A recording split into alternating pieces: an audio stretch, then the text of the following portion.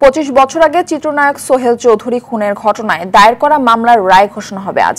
ঢাকা দ্রুত বিচার ট্রাইব্যুনাল 2-এর বিচারক অরুণাভ চক্রবর্তী এই রায় ঘোষণা করবেন। মামলার অভিযুক্ত 9 আসামির মধ্যে 5 জন পলাতক। এছাড়া আসামি আশিস রায় চৌধুরী, তারিক সাইদ মামুন ও ফারুক আব্বাসী জামিনে আছেন।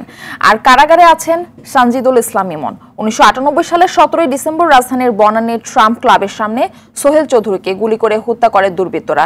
পরে গোয়েন্দা পুলিশের তদন্তে উঠে আসে আলোচিত ব্যবসায়ী আজিজ মোহাম্মদ, বান্টি ইসলাম ও আশিস রায় চৌধুরীর সঙ্গে বিরোধের জেরে হত্যাকাণ্ডের শিকার হন সোহেল চৌধুরী।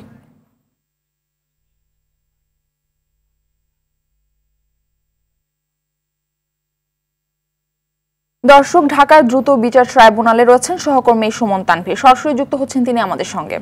কখন নাগাদ রায় ঘোষণা হতে পারে তানভীর, এবং রায় নিয়ে বাদীপক্ষের আইনজীবীরা কি বলছেন?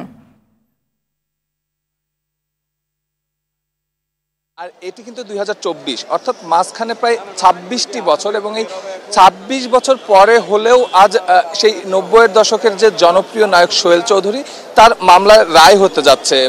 আমরা কিছুক্ষণ আগ পর্যন্ত যেটা জেনেছি যে 12:15 থেকে 12:30টার ভিতরে কিন্তু কোর্ট আসলে বসবে, এবং নিচে যে আসামি আছে সেই আসামিও কিন্তু আসলে নিয়ে যাওয়ার প্রায় প্রক্রিয়া চলছে। আপনারা একটু বলে রাখতে চাই যে এই মামলার যে 9 জন আসামি, সেই 9 জন আসামির ভেতরে কিন্তু একজন মাত্র আসামি কিন্তু এখন কারাগারে আছেন, এবং যে 3 জন আসামি যারা, সেই 3 জন আসামি কিন্তু আসলে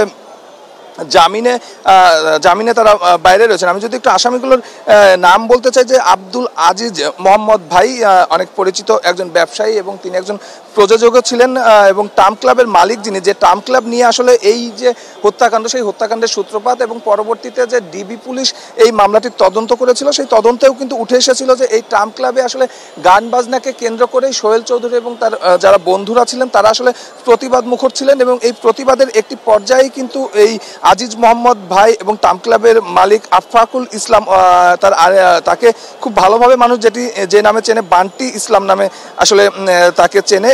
এই 2 জন এবং আশিস রায় তার বন্ধু, অর্থাৎ আশিস রায় এবং বান্টি, উনি এই 2 জনই কিন্তু আসলে ট্রাম্প ক্লাবের মালিক ছিলেন, এবং এই 2 জন এবং আজিজ মোহাম্মদ ভাই মিলে ভাড়াটে খুনি দিয়ে কিন্তু এই জনপ্রিয় নায়ক সোহেল চৌধুরীকে হত্যা করা হয়, এবং ট্রাম্প ক্লাবের সামনেই কিন্তু তাকে গুলি করে কিন্তু মারা হয়। এই বিষয়টি কিন্তু সেই অনেক আগেই তদন্ত প্রতিবেদনে উঠে এসেছিল। তারপরেও আপনারা জানেন যে কথাটি আসলে শুরুতে বললাম, যে প্রায় 26 বছর পর এরকম একজন জনপ্রিয় নায়ককে প্রকাশ্যে খুন করার পর 26 বছর আসলে অপেক্ষা করতে হয়েছে আসলে মামলার রায়ের জন্য। এবং আপনাকে বললামই যে 3 জন আসামি এখন পর্যন্ত কিন্তু আসলে জামিনে আছেন। এই মামলাটি এত দীর্ঘ প্রক্রিয়া কেন লাগলো, সেই বিষয়টি আসলে মামলার নথিপত্র পর্যালোচনা করে যেটি দেখা যায়, যে মামলার কিন্তু ঠিক 1 বছরের মাথায় তার ভাই সোহেল চৌধুরীর ভাই কিন্তু গুলশান থানায় মামলা করেছিলেন, কিন্তু 1 সালে যে মামলাটি আসলে চলমান হয়েছিল, সেই মামলাটি আমরা পরবর্তীতে আসলে যেটি দেখি 1 সালে এসে যে দ্রুত বিচার ট্রাইব্যুনালে এই মামলাটি কিন্তু দিয়ে দেওয়া হয়েছিল, এবং দ্রুত বিচার ট্রাইব্যুনালে একজন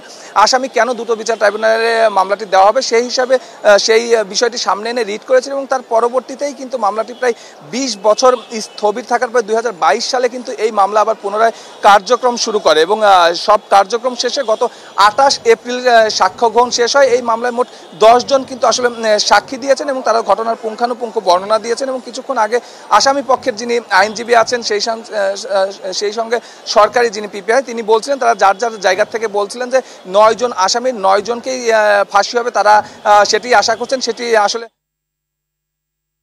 তানভীর, আপনাকে ধন্যবাদ।